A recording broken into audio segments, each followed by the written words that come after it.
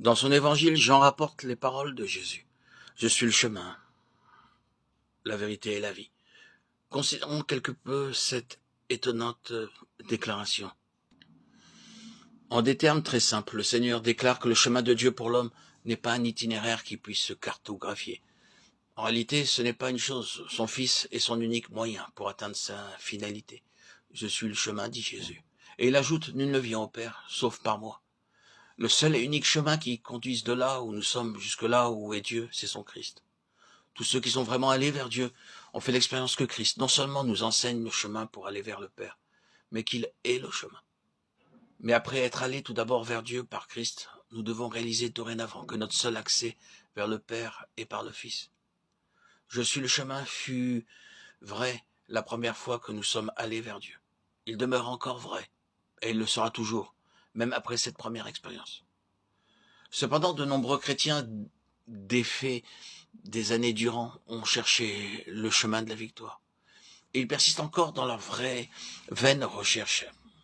Hélas, ils cherchent un chemin et ils passent à côté de celui qui est le chemin. Aussi longtemps que nous essayons de trouver la méthode pour pouvoir vaincre, nous sommes voués à l'échec. Considérons en guise d'exemple le cas de deux chrétiens. L'un d'eux, conscient de son incapacité de vaincre par lui-même, fait confiance au Seigneur pour qu'il fasse en lui ce qu'il ne peut réaliser par lui-même, et quelque chose de vivant transparaît dans sa vie.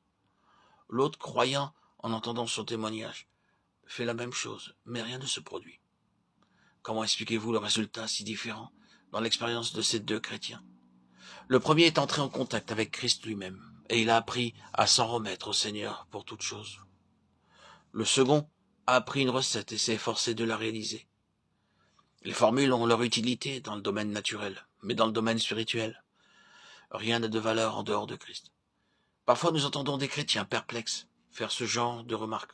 Je lis la parole, je proclame les promesses, je prie, mais rien ne se produit. Pourquoi aucune œuvre ne se fait? Parce que ce sont eux qui travaillent. Ils ont vu la manière de faire chez les autres et ils ont essayé de la copier. Ils ont étudié les formes extérieures du christianisme et ont tâché de les reproduire au lieu de permettre à Christ de se reproduire lui-même en eux. Dans un certain endroit, quelqu'un prêchait sur la base de Romains 6:8. Une personne de l'auditoire s'approcha de lui. À la fin de la réunion, on lui dit « Maintenant, je connais le chemin de la victoire. J'ai découvert le secret. » Un autre auditeur, tranquillement et tête baissée, s'apprêtait à sortir de la salle. Quand le prédicateur l'arrêta et lui demanda « Avez-vous quelque chose à dire ?» Ce frère répondit « Je n'ose pas croire que le Seigneur ait pu ouvrir mes yeux et qu'il m'ait accordé un nouvel aperçu de ces personnes.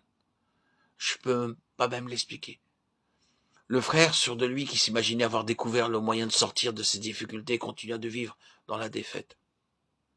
Mais pour celui qui n'avait pas découvert un nouveau moyen, mais avait vu simplement que Christ est le chemin, le résultat fut une vie transformée.